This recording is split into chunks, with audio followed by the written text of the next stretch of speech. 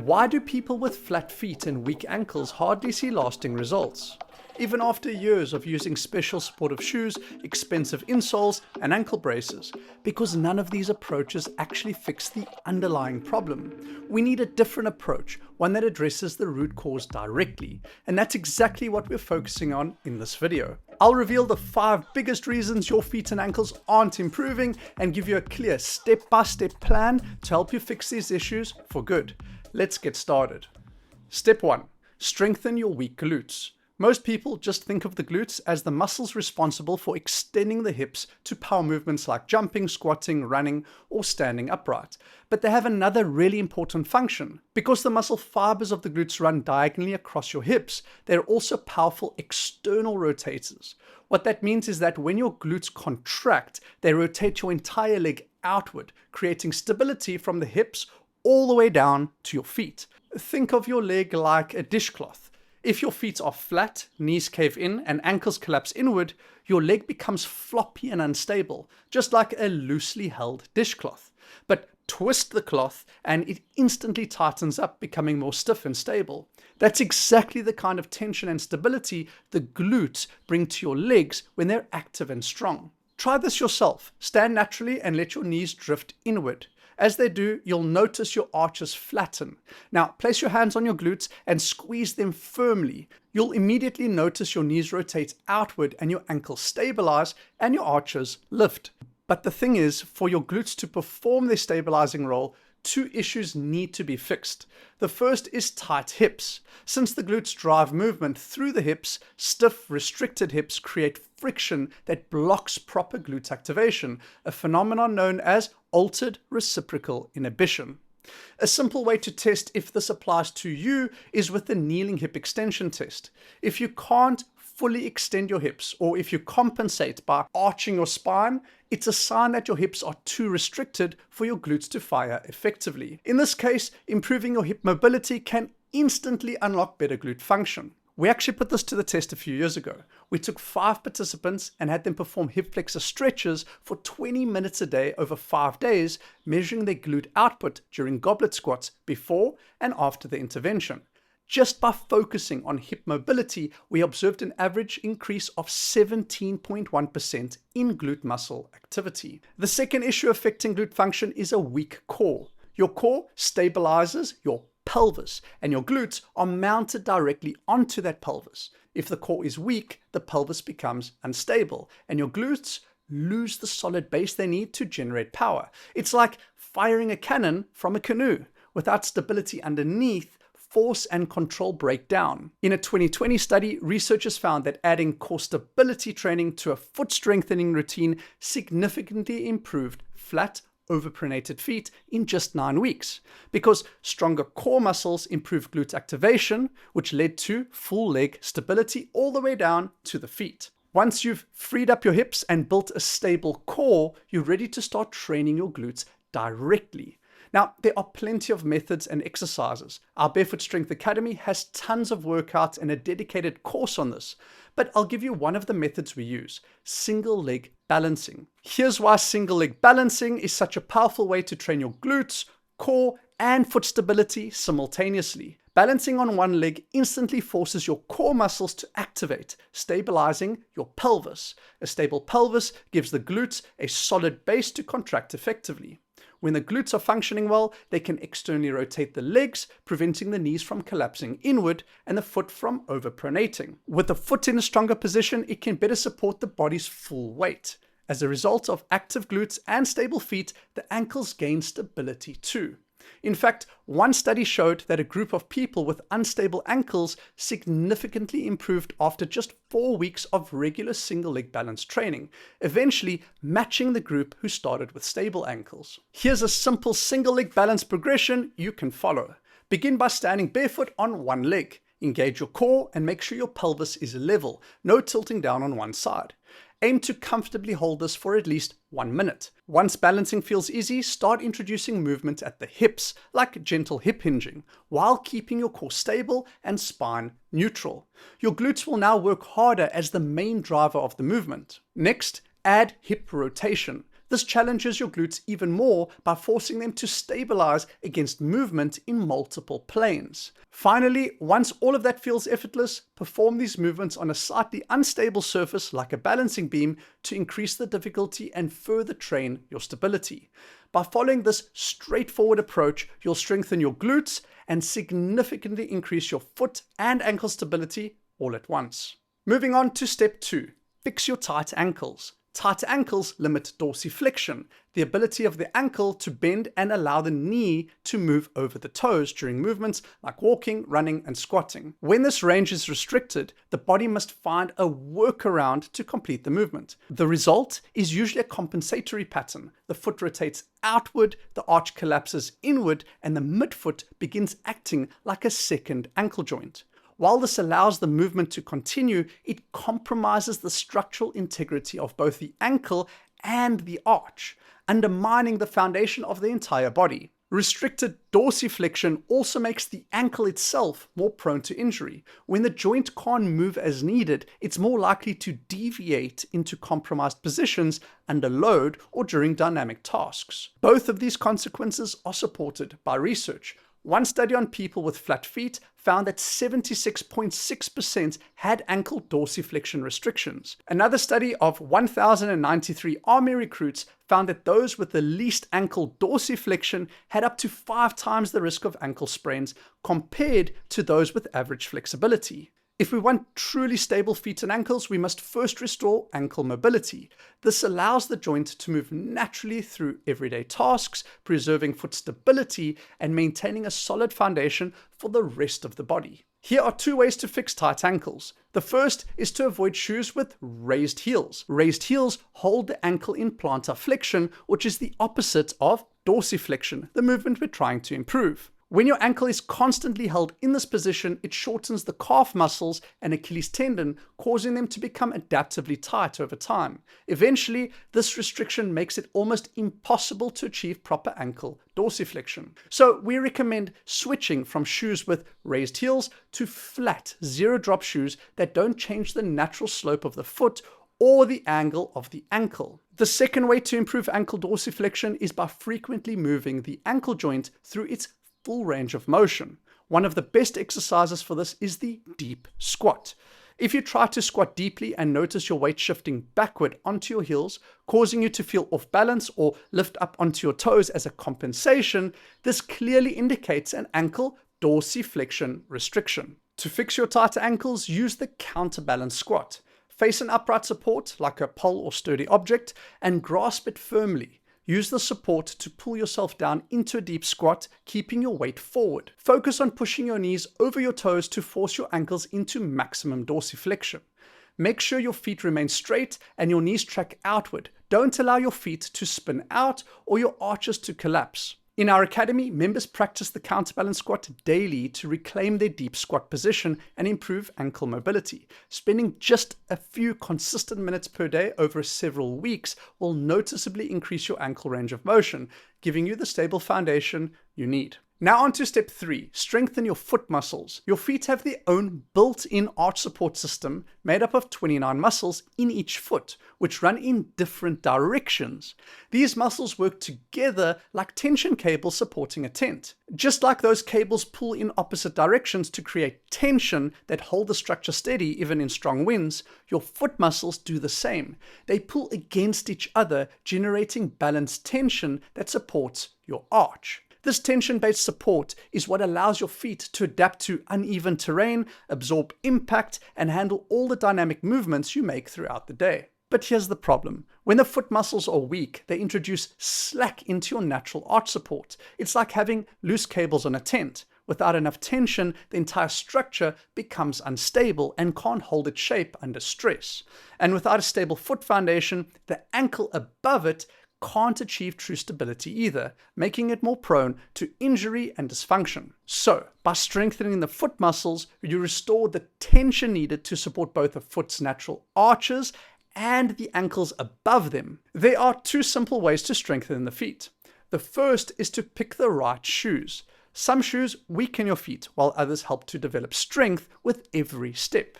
Stiff, rigid shoes with thick soles and heavy arch support are like having casts around your feet. A cast restricts joint movement to protect injured tissues, which is helpful in the short term. But when a limb stays in a cast too long, the muscles naturally weaken and shrink from lack of use. Shoes can have a similar effect. Many people unknowingly wear footwear that limits the foot's natural range of motion across all 33 joints for years or even decades. Over time, this weakens the internal foot muscles that are meant to stabilize and support your body. Minimalist barefoot style shoes offer a different approach. Their thin, flexible soles remove unnecessary support, which forces your internal foot muscles to engage. With every step, they allow your feet to move naturally, activating and strengthening the muscles. In fact, a 2021 study showed exactly this. Participants increased their foot strength by 57.4% in just 6 months simply by wearing minimalist shoes during daily activities.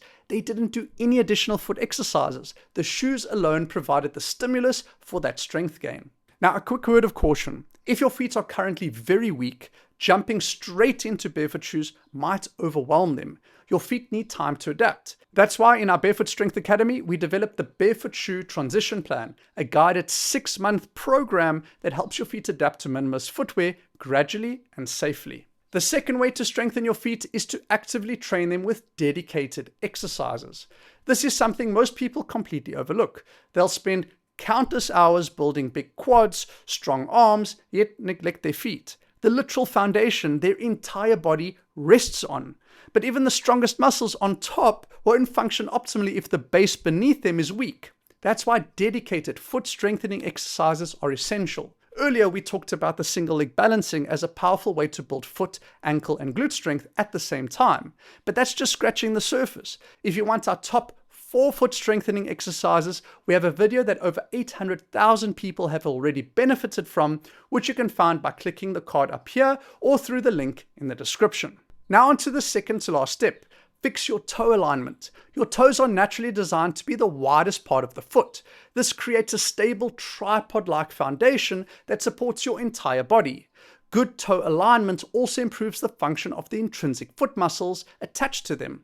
This is especially important in the great toe, as it has the most intrinsic foot muscles connected to it and is by far the strongest of the toes. And since weak intrinsic foot muscles can't support the arch, it's no wonder people with bunions often have flat feet. In fact, one study examining 32 women with bunions found that every single participant also had flat feet, showing a clear connection between toe alignment and collapsed arches. This connection intrigued me so much that I decided to measure the actual impact of toe positioning on strength in my own foot. So I went to a university sports lab and used a lab-grade dynamometer to measure the strength of my big toe in 2 positions, straight and angled inward like a bunion. The difference was 2.8 kilograms of force. That's an almost 20% reduction in toe strength simply from poor alignment. This experiment clearly shows how deviations in toe position can seriously weaken your feet. But there's a secondary effect of toe misalignment. It also limits how far your toes can extend. In my own internal testing, misalignment reduced my big toe mobility by 30 degrees. That's a problem because when you're walking or running, the ability for your hips to fully extend rely on your toes' ability to extend fully during push-off. So if your big toe is restricted, your hips will be too, which directly limits how well your glutes can activate. So toe alignment isn't just about having strong feet, it directly affects your hips and glutes too. Are you starting to see the powerful bi-directional relationship throughout the entire body? Toe alignment affects glute activation, and glute strength in turn supports foot function. The stability of the foot arch affects ankle stability, and ankle mobility affects the integrity of the foot arch. Your body isn't just a collection of isolated parts, it's an integrated system. So when one area breaks down, the effects ripple outward and disrupt other areas too. This is known as regional interdependency. As a sports scientist, this principle shapes how I approach movement and injury. It's also what led us to develop 10 functional movement tests we use in the Barefoot Strength Academy. These tests serve as a screening system for our members, not just to highlight where dysfunction shows up, but to help pinpoint the root cause. And because the body is so interconnected, resolving that root issue often improves not just the problem area, but other systems that were affected by it as well. If you want to get this level of personalized support, visit our academy by clicking this QR code or going to bfs.fit. Right, back to the toes. How do you fix toe misalignment? There are three main approaches. The first is the toe spread out exercise, which specifically targets two key muscles, the abductor hallucis and the abductor digiti minimi. These muscles not only play a crucial role in alignment, but together they directly support the medial and lateral longitudinal arches, keeping your foot strong and stable. It's one I personally love because it goes back to the basics of early foot development. Newborns reflexively perform the same toe spreading movement to kickstart foot muscle activation months before they begin weight bearing, just like my girls did in these clips. That's why it's one of the safest and most natural ways to build intrinsic foot strength and improve toe alignment. The second approach to improving toe alignment is to temporarily use toe spacers. Research shows significant improvements in toe alignment after 12 months of consistently using silicone spacers. An added benefit we observed in our internal testing was improved glute function during exercises when these spacers were worn, further showing just how connected the feet are with the glutes. But the most important thing we can do for toe alignment is wear shoes that actually match the natural shape of our feet, with the widest part at the forefoot. Narrow toe boxes force the toes into a pointed shape and hold them at that unnatural angle. I tested one popular running shoe and one casual model and found that both caused a great toe deviation of 20 to 25 degrees. Now imagine your toes being pushed that far out of alignment for 16 hours a day, 7 days a week. And because toe positioning affects how the foot muscles work, that kind of misalignment weakens the support of the arch and in turn the stability of the ankle above. If you want our recommended list of foot-shaped shoes and toe spacers, visit bfs.fit and select either the Barefoot Shoe Finder or Barefoot Accessories pages. This integrated approach, combining active exercises, toe spacers, and proper footwear, is your fastest path to improving toe splay, foot function, and ankle stability. Now onto the last step, enhance your ground feel. To have truly strong feet and stable ankles, you need to be able to feel the ground clearly beneath you. Let's say you're running or walking on uneven terrain. The quicker you can sense subtle changes in the ground, the faster your body can react by stabilizing your feet and ankles. This rapid feedback mechanism, scientifically known as time to stability, is crucial for injury prevention, especially ankle sprains. But how exactly does your body sense the ground? Well, the soles of your feet are loaded with specialized nerve endings known as mechanoreceptors. These are the exact same type of sensory receptors found in your hands. Their job is to collect data from the environment through the sense of feeling. That data tells the body to adjust muscle tension to deal with the environment and task in real time. But there's a catch. To fully utilize this powerful feedback loop, you can't have thick cushioning separating your feet from the ground. Common training shoes that have thick slabs of EVA foam prevent your feet from receiving accurate sensory input. The foam dampens the signal from the mechanoreceptors, effectively turning off this natural stabilization system. Why do you think gymnasts train and compete barefoot? They depend on all the sensory data from their feet for optimal stability and body awareness. And what about surgeons who use thin latex gloves for their work? They would not be able to perform intricate surgeries if their gloves were too thick. A recent study just showed how important sensory feedback is for muscle activation. Researchers compared intrinsic foot muscle activity as participants walked barefoot on hard plywood versus soft EVA foam. They found significantly reduced muscle activation on the soft foam surface, especially at the initial contact phase of walking. This directly demonstrates that a soft barrier between the foot and the ground prevents proper muscle function. And if your foot muscles aren't adequately stimulated over time, they will weaken your natural arch support and foot stability. So what's the solution? You need shoes that enhance your ground feel, not block it. Minimalist barefoot style shoes typically have soles less than 1 centimeter thick, offering just enough protection from cuts and scrapes without drastically dulling the sensory feedback your feet rely on. This heightened sensory stimulation activates your intrinsic foot muscles, helping your body naturally fine-tune its shock absorption and maintain balance as you move. Simply put, barefoot shoes let your feet do exactly what they're designed for, sensing and responding to the environment beneath them. And that's it.